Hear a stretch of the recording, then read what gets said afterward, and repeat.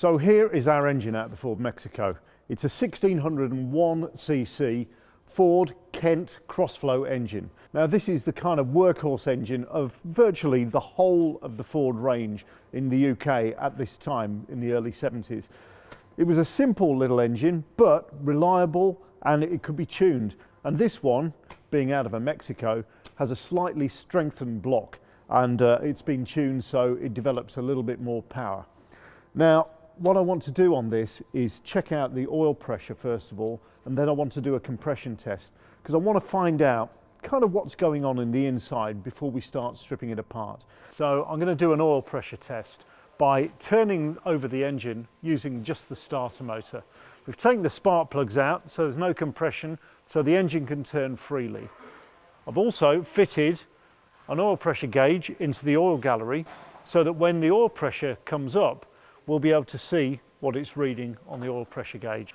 I've also checked to make sure that it's got oil in the sump with my makeshift dipstick. Nasty smelling oil, but oil it is. I've got a boost starter sitting here ready to connect to the starter motor terminals. All I'm going to do is switch that on, so that's going to turn the starter motor, which will turn the engine over, which will operate the oil pump, and we'll see how much oil pressure we have. And that will help us to ascertain how worn the big end bearings and the main bearings are. So let's see what we get.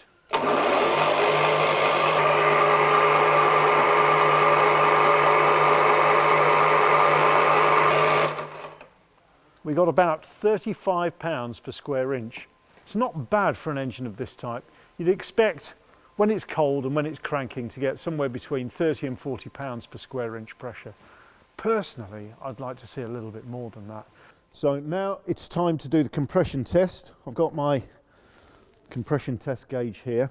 We'll just put in our little adapter into number 1 first. We'll just do them in order. Now this adapter goes into the spark plug holes. Now we can put our gauge on. What we're actually looking for in a compression test is the amount of squash, the amount of compression that the piston exerts in the combustion chamber. So it's when the piston moves right to the very top of the compression stroke. So we need to know that we've got good compression, because if we don't have good compression, then we don't have good power. So low compression means that we're down on power, or even that the engine wouldn't run at all. Ideally, what we want to see is around 150 to 180 pounds per square inch. That would be great.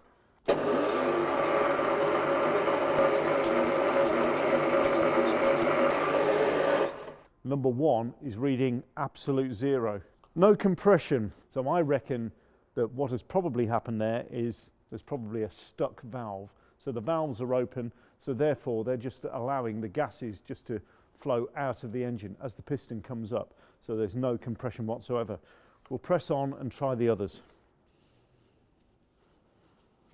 Hopefully this one will be better.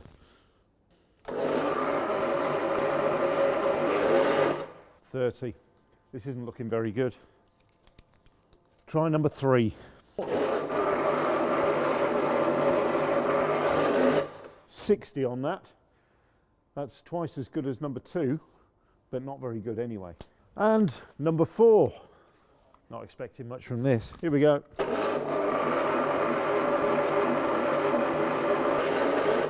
50 pounds per square inch. Well, I think we can safely say that this engine needs a rebuild. Right, so it's time to look inside this engine. So, as Queen Elizabeth I might have said, it's off with its head.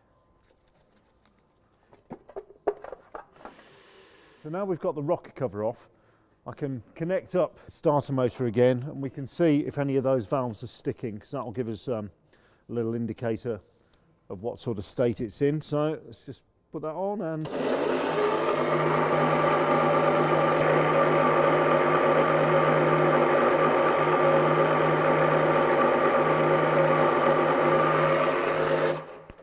well, I've got to say that nothing looks horrendous there, but I think if we take the cylinder head off, we'll be able to see clearly whether any of the valves are actually sticking.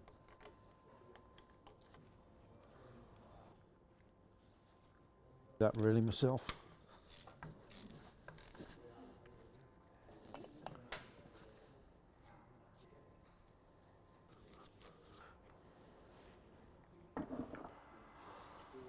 Right, so this is just a little way of saving the push rods in the correct order.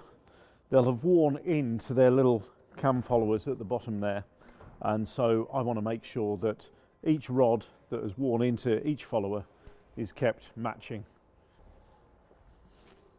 And finally, cylinder head time.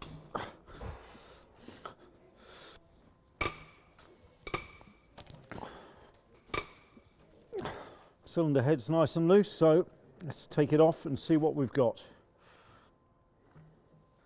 Now, none of these valves seems particularly stuck open, certainly not by very much. So it might be that they're still letting gas pass by because there may be rust on the surfaces of the valve seats. The seats are where these valves actually sit upon. It's like a tapered edge.